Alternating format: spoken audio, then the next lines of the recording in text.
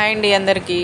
ఇగో ఈరోజు వీడియోలో ఏంటంటే పుచ్చకాయతోని ఐస్ క్రీమ్ చేస్తున్నా, అలానే జ్యూస్ కూడా చేస్తున్నా చూడండి. దానికోసం అయితే ఒక పుచ్చకాయ తీసుకున్నా, దాన్ని సగం పార్ట్ కట్ చేసుకొని పైన మంచిగా పొట్టు తీసేసి, తర్వాత దాంట్లో 2 ముక్కలు తీసుకున్నా. 2 ముక్కల్ని మంచిగా చిన్న చిన్న ముక్కల లెక్క కట్ చేసుకుంటున్నా. గింజలు అయితే ఏం తీయలేదు, వాటిని చిన్న చిన్న ముక్కల లెక్క కట్ చేసుకుంటున్నా. ఈ ఎండాకాలంలో ఈ పుచ్చకాయ జ్యూస్ కానీ ఐస్ క్రీమ్ కానీ చిన్నపిల్లలు అయితే మంచిగా తింటారు. ఎందుకంటే వాళ్ళు ఇలా డైరెక్ట్ తినమంటే ఎక్కువ తినరు కదా, దానికోసమని ఇట్లా వెరైటీగా చేస్తే మంచిగా తింటారు. మా పిల్లగాళ్ళు అయితే ఏ పండ్లైనా డైరెక్ట్ తినమంటే తినరు, అందుకని చెప్పి ఐస్ క్రీమ్ లాగా జ్యూస్ లాగా చేస్తే తింటారని ఇట్లా చేస్తున్నా.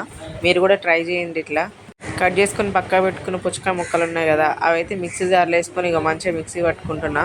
గింజలు కూడా దాంట్లోనే వేసిన. మంచిగా మిక్సీ పట్టుకున్న తర్వాత ఇక వడబోసుకుంటున్నా.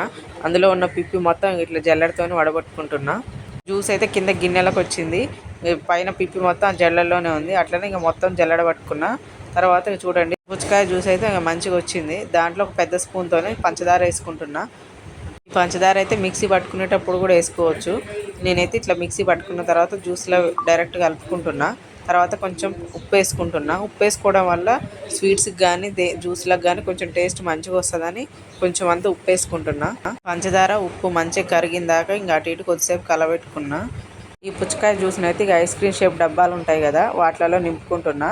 ఈ ఐస్ క్రీమ్ షేప్ డబ్బాలు అయితే మనకు ఆన్లైన్లో దొరుకుతాయి, బయట షాప్లలో కూడా దొరుకుతాయి. ఇంకా వాటిల్లో పోసుకున్న తర్వాత మంచిగా మూత పెట్టుకొని డీప్ ఫ్రిడ్జ్లో ఒక 8 గంటలు ఉంచిన. 8 గంటల తర్వాత ఈ ఐస్ క్రీమ్ డబ్బాలు అయితే బయటికి తీసి చిన్న గ్లాస్లో వాటర్ పోసుకొని దాంట్లో ఒక 2 నిమిషాలు అటు ఇటు ఉంచిన తర్వాత తీసి ఇక ఓపెన్ చేసి చూస్తే ఇక ఐస్ క్రీమ్ రెడీ అయిపోతుంది. పుచ్చకాయ ఐస్ క్రీమ్ అయితే ఇక మంచిగా రెడీ అయింది.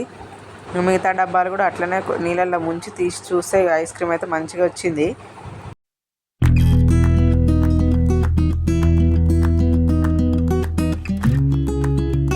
ఇక చూడండి మా బుజ్జి అయితే ఏ పండ్లైనా అసలు డైరెక్ట్ తినమంటే తినదు. ఇక ఐస్ క్రీమ్ అన్న జ్యూస్ అనేసరికి ఇక ఎంత బాగా తింటుందో.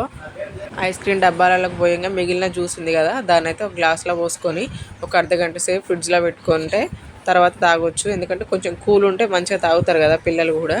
మీకు ఈ వీడియో నచ్చితే లైక్ చేయండి, షేర్ చేయండి, సబ్స్క్రైబ్ చేయండి. Thank you.